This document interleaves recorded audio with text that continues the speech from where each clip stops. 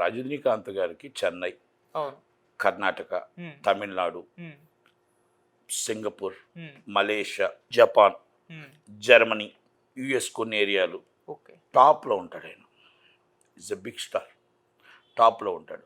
North ఇండియాలో రుతుకోషన్ గారు టాప్లో ఉంటారు కదా. కనుక జూనియర్ ఎన్టీఆర్ గారు తెలుగు రాష్ట్రాల్లో టాప్లో ఉంటారు. అలాగే అన్ని దిక్కలా కూడా జూనియర్ ఎన్టీఆర్ గారి కంటే రుతుకోషన్ గారు కొంచెం ఎక్కువగా ఉంటుంది. తెలుగు రాష్ట్రాల్లో టాప్లో జూనియర్ ఎన్టీఆర్ గారు ఉంటారు. కనుక మనం రజనీకాంత్ గారి సినిమాకి బజ్జు ఉంది ఇక్కడ లేదు అని అంటానికి లేదు. ఎవరి క్యాపబిలిటీ, ఏ ఏరియా క్యాపబిలిటీ ఆ ఏరియా ఉంటుంది. చిరంజీవి జూనియర్ ఎన్టీఆర్ గారిని చెన్నైలో ఎలా చూస్తారు? టాప్ ఎవరు ఉంటారు? రజనీకాంత్ గారు, తర్వాత జూనియర్ ఎన్టీఆర్ గారు, రుతుకోషన్ గారు. ఇప్పుడు రుతుకోషన్ గారిని ఇక్కడ మాట్లాడతాం, మన జూనియర్ ఎన్టీఆర్ గారు మాట్లాడుతున్నాం. మీరు నార్త్ ఇండియాకి వెళ్తాడు జూనియర్ గారి కోసం మాట్లాడతారు, రుతుకోషన్ గారి కోసం మాట్లాడతారా? ఎస్, రైట్ కదా. అలాగే అన్ని దిక్కలా కూడా అటు ఇటు ఉంటుంది. తెలుగు రాష్ట్రాల్లో పరిస్థితి ఏ విధంగా ఉంది? తెలుగు రాష్ట్రాల్లో ఏ టికెట్ దిగినా, ఎంత డబ్బులు వచ్చినా, వార్ 2 అనే సినిమా జూనియర్ ఎన్టీఆర్ గారిని చూసే టికెట్ తెగుతుంది. సినిమా ఫుల్స్ అయినా జూనియర్ ఎన్టీఆర్ గారిని చూసే తెగుతుంది. సినిమా ఎంత కలెక్షన్ వచ్చినా జూనియర్ ఎన్టీఆర్ గారిని చూసే తెగుతుంది. First day, second day, third day, fourth day, Monday నుంచి సినిమాని చూసి టికెట్ తెగుతుంది. 4 days junior NTR, 5th day సినిమాని చూసి టికెట్ తెగుతుంది. రైట్. కూలీ రజనీకాంత్ గారిని చూసి కనకరాజు గారు డైరెక్టర్ మంచి, కనకరాజు గారు డైరెక్టర్ మంచి అయినా కనుక ఆయన మీద సబ్జెక్ట్ బాగుంటే మండే నుంచి చూస్తారు. ఎందుకంటే ఈ 2 సినిమాలు ఇలాగ వెళ్ళినా మండే నుంచి ఫస్ట్, సెకండ్ వస్తుంది, అది సినిమా వస్తుంది. ఇప్పుడు దాకా హీరోయిజం వస్తుంది. హీరోయిజం అనేది ఫస్ట్ జూనియర్ ఎన్టీఆర్ గారు, తర్వాత ఆయన ఉంటాడు, మన దాంట్లో నో డౌట్. ఓకే సార్, మీరు ఈ 2 సినిమాల్లో ఫస్ట్ ఏ సినిమాకి వెళ్తున్నారు సార్? ఎవరు? నేను 2 సినిమాలకి వెళ్ళను. ఎందుకంటే నేను ఎప్పుడు కూడా నేను ఇంటికాడో లేకపోతే మేము ల్యాబ్లో చూస్తాను తప్ప నేను ఎప్పుడు థియేటర్కి వెళ్ళి, ఎప్పుడో థియేటర్కి సంక్రాంతికి వస్తున్నాడికి వెళ్ళాను. అంతే తప్ప నేను థియేటర్లోకి వెళ్ళి డైరెక్ట్గా ఫస్ట్ డే సినిమా చూసి నేనేం రివ్యూలు చెప్పేవాడిని కాదు. కనుక నాకున్న అవగాహనతో నేను యావిడ్లో అట్లా చూస్తే చెప్పగలుగుతాను తప్ప అది కూడా నేను సినిమా 4 రోజులు అయిన తర్వాత చెప్తాను. సినిమాని ఎప్పుడు కూడా రివ్యూలు చెప్పను. సినిమా ప్రేక్షకుడు ఆదరణ పొందాలి. నేను చూసేది నాకు నచ్చకపోవచ్చు, ప్రేక్షకుడికి నచ్చవచ్చు. ప్రేక్షకుడు నచ్చిన సినిమా నాకు నచ్చకపోవచ్చు. మాకు సినిమా జనాలు ఉంటే, సినిమా కలెక్షన్ వస్తే సూపర్ హిట్, కలెక్షన్ రాకపోతే సూపర్ ఫ్లాప్. అది డిఫరెంట్ ఉంటాయి. కనుక మనం వచ్చేసి ఈ సినిమా ఇలాగైంది అలాగైంది సినిమా కోసం మనం మాట్లాడకూడదు. ఎంతో కష్టపడి సినిమా తీస్తారు. ఆ సినిమా ఫ్లాప్ హిట్ అని 2 నిమిషాలతో చెప్పకూడదు.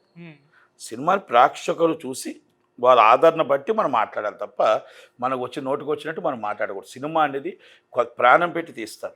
సినిమా అనేది కొన్ని వందల మంది కష్టం అది.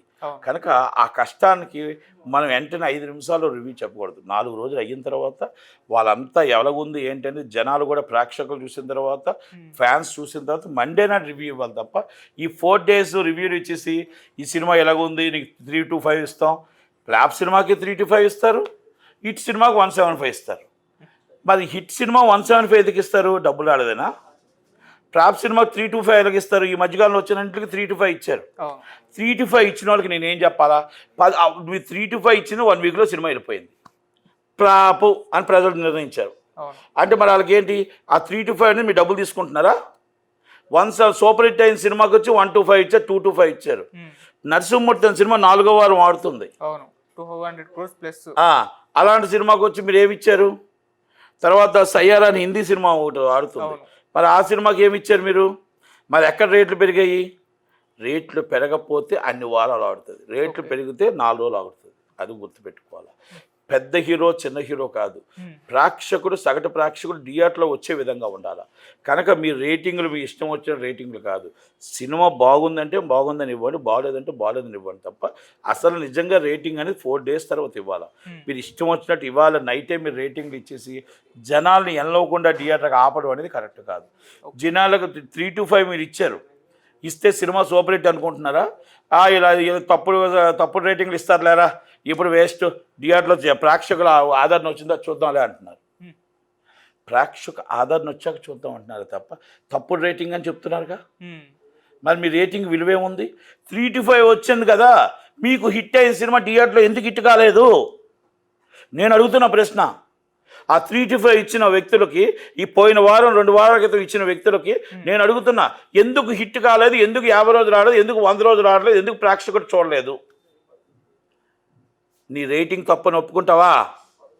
నువ్వు తప్పుడు రేటింగ్ ఇచ్చావని ఒప్పుకుంటావా? అందుకే రేటింగ్ మీద విలువలు పోయాయి, ఓకే. రేటింగ్ మీద వాల్యూలు పోయాయి. మీరు రేటింగ్ ఇచ్చినంత మాత్రాన థియేటర్కి జనాలు రారు, మీరు రేటింగ్ తక్కువ ఇచ్చినంత మాత్రం రాకపోరు. సినిమాని సగటు ప్రేక్షకుడు సినిమా చూసిన తర్వాత థియేటర్ దగ్గర పబ్లిక్ టాక్ కూడా చీటింగే, థియేటర్ దగ్గర పబ్లిక్ టాక్ చీటింగే, ప్రతిదీ చీటింగే. నమ్మకాలు పోతున్నాయి.